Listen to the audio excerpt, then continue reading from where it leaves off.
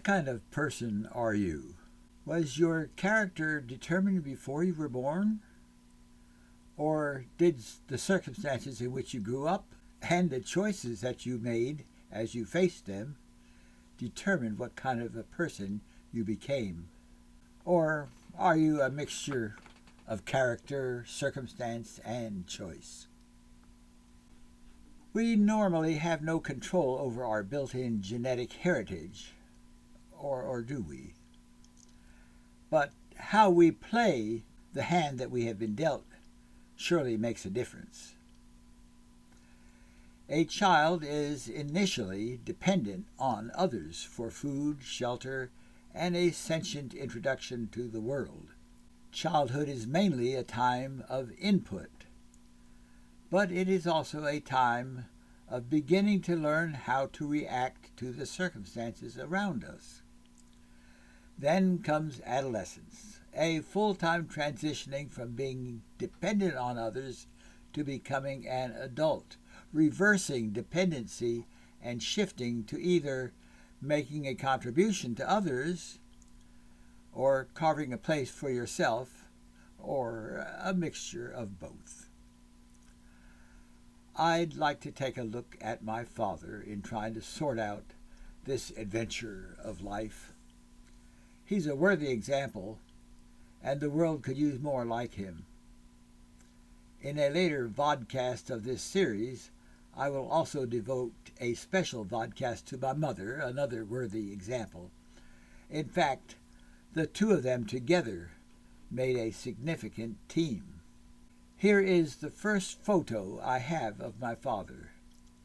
He is held by his mother. Photos provide primary visual evidence of circumstances, but they are only snapshots which do not give the full story, so I will fill in some of the background. Does it give any hint of the life that is ahead for John?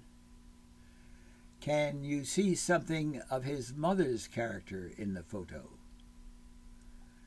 What the picture doesn't show is that John's mother, Jessie, had just turned 19 when she married a young mining engineer, William Ramsay, on December 17, 1891.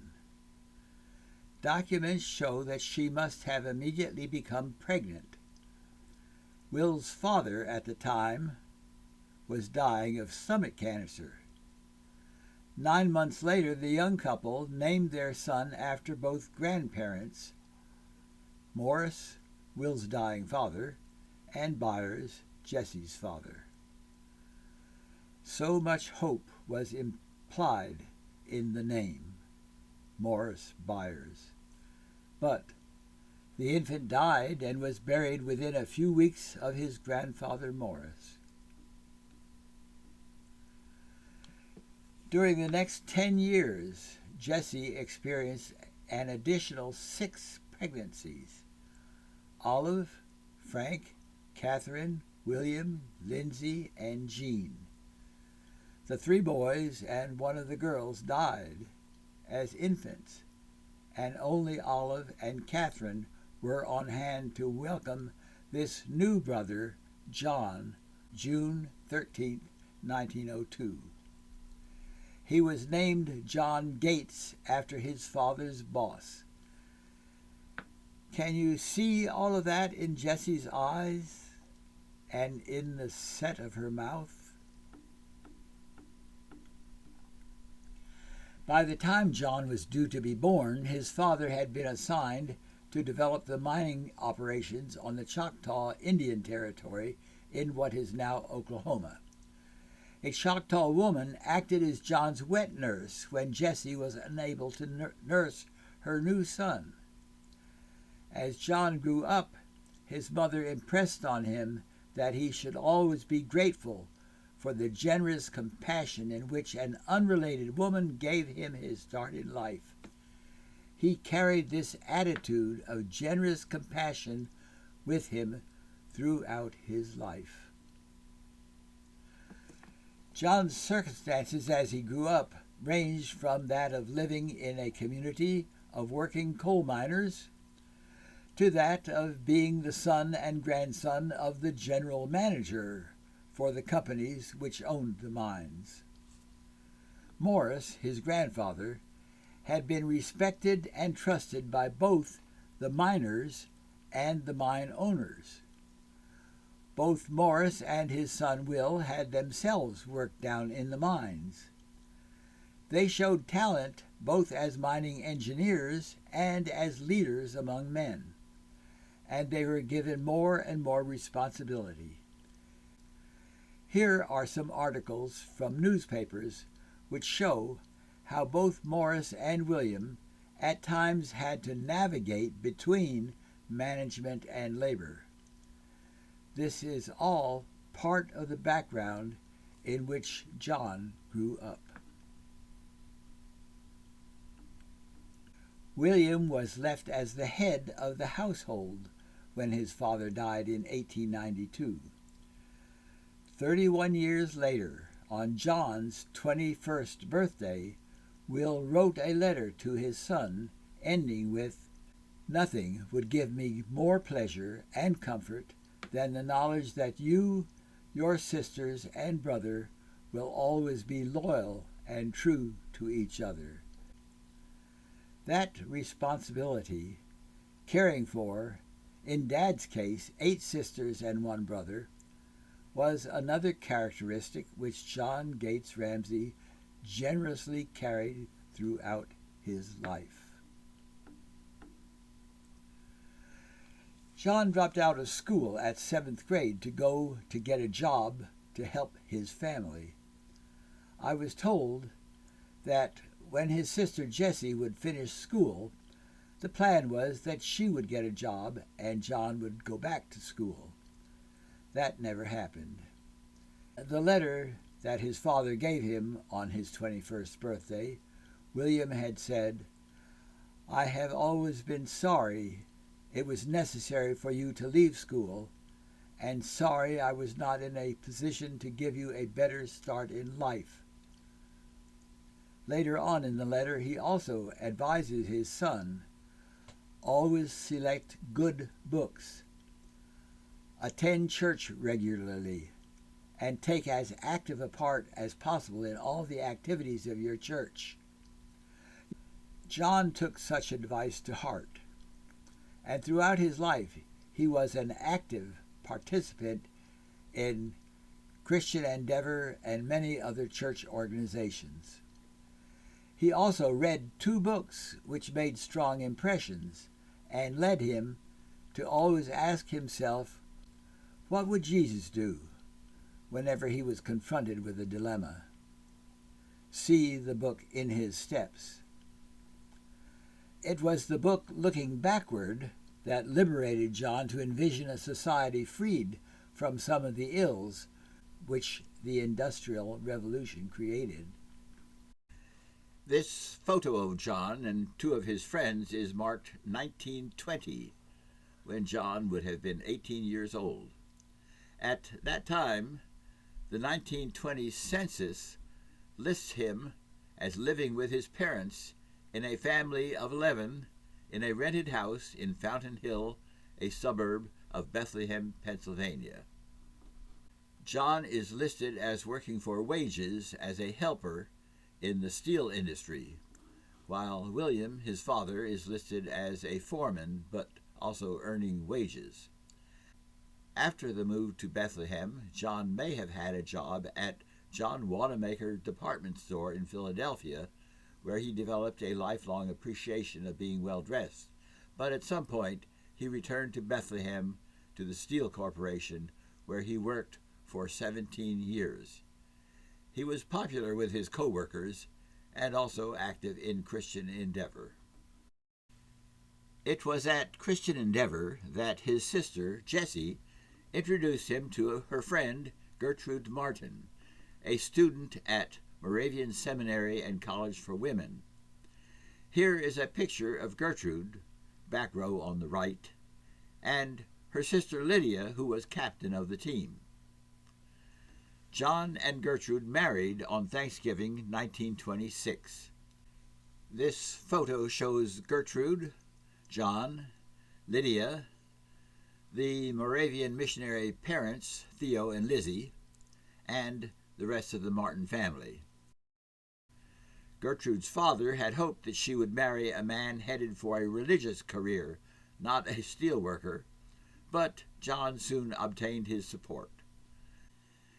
The newlyweds lived for a time in a room in the back of an ice cream parlor called Delaware Inn, where they managed the business in exchange for rent.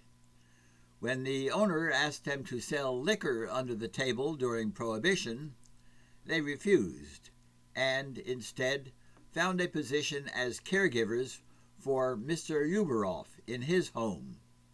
Gertrude was pregnant at the time, unless Patricia had already been born. The couple lived with Mr. Uberoff during the stock market crash of October 24, 1929, and Gertrude became adept at serving him pie for breakfast. The census of 1930 was taken on April 8th, the day before I was born, and it shows Mr. Uberoff as head of the house on Main Street, along with John, Gertrude, and daughter Patricia. I did not appear on the 1930 census, but I did learn to like pie for breakfast. On May 6, 1931, Mr. Uberoff died, and the family moved into the small servant's house next to a big house that his parents had bought on Saucon Creek near Hellertown. Here is a photo of me next to the small house. Life had its flowers right from the start. During the recovery efforts following the Great Depression and the build-up to World War II, plans were being made to build the Golden Gate Bridge. Construction had been awarded to a subsidiary of Bethlehem Steel Corporation. John, by now an inspector at Bethlehem Steel, found flaws in some of the steel being prepared to ship for construction of the bridge. However, he was told by the foreman to approve the shipment. When John refused, he was reassigned to work in the open hearth furnace. I remember him coming home in the middle of winter with snow on his coat and his hat scorched. According to this November 2nd, 1937 clipping, John had been, quote, former secretary of the committee, end quote. That is Bethlehem Steel Corporation's employee representation plan, in other words, the company union. The CIO's Steelworkers Organizing Committee was charging that the company violated the Wagner Labor Relations Act by dominating and influencing the employee representation plan. John understood the difference between a company union and an independent union, and had given his support to letting the workers vote between which union would represent them, a right specified in the Wagner Act. He was called on to testify before the National Labor Relations Board hearing for a record 10 days as the only witness. After the election, John was elected president of the SWOC Star of Bethlehem Lodge number 1409. However, efforts continued to hamper the effectiveness of freely elected labor unions. For example, our family attended the Northside Presbyterian Church, which was only a few blocks from our home in a duplex at 48 East Garrison Street in Bethlehem. At one point, the session of the church called John in and asked him to examine his associations with communists and other disruptive elements in society. John listened and then asked to be excused for a few moments of private prayer. He asked himself, what would Jesus do? He returned to the session with this answer.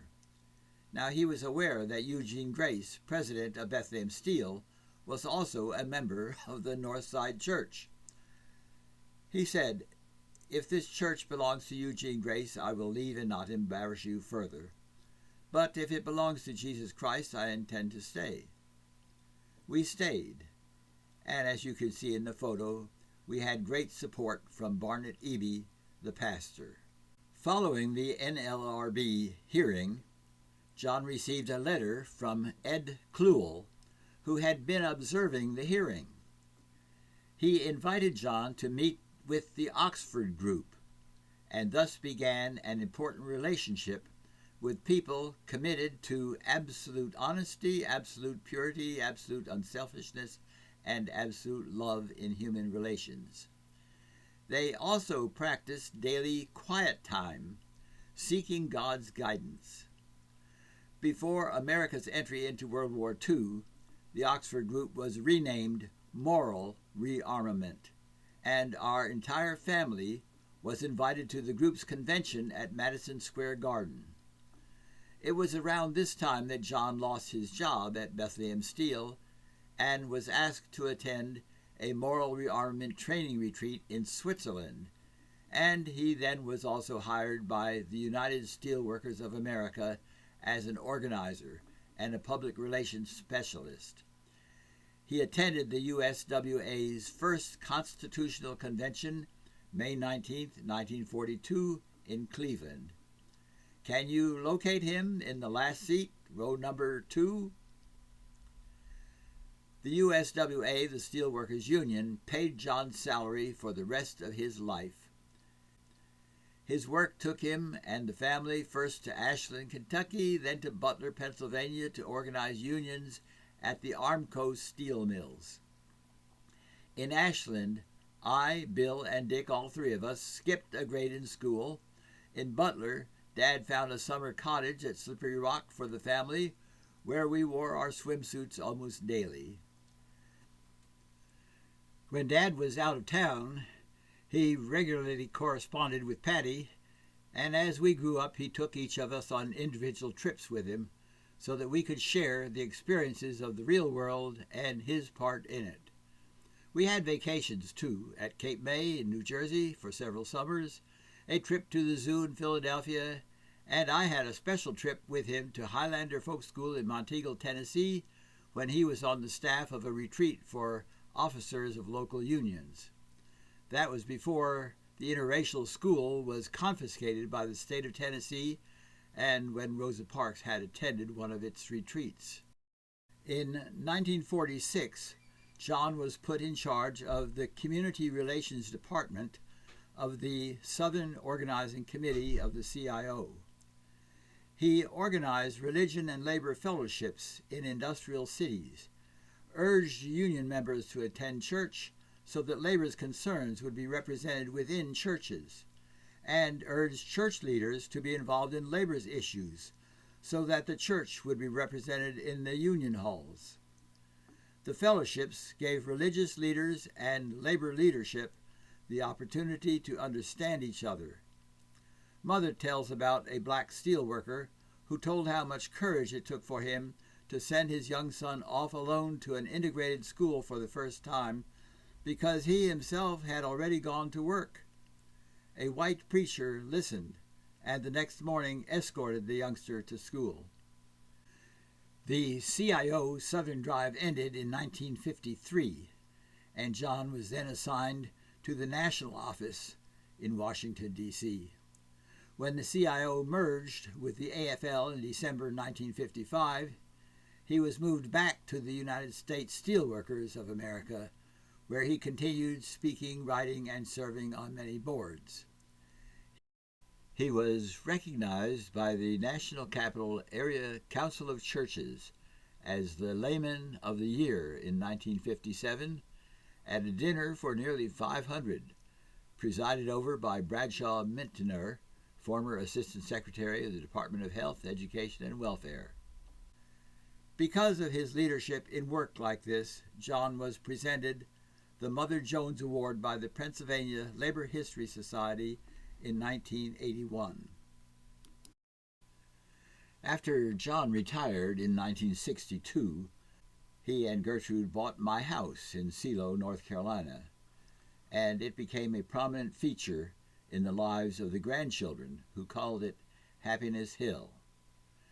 and John and Gertrude included grandchildren in trips that they took around the country and to Mexico. Happiness Hill also became a center of community activities, and they initiated a youth club, a trellis tomato enterprise, and an annual 4th of July parade. When John showed signs of slowing down, John and Gertrude moved to Berea, Kentucky to be nearer to family. John Gates Ramsay left his files to the University of Georgia, the Ohio History Center, and his son William has created an archive in his home in Berea, Kentucky. I hope that someone will be inspired to make use of these materials to write a fuller biography of how it is possible to build a life seeking God's guidance while integrating work, family, and community.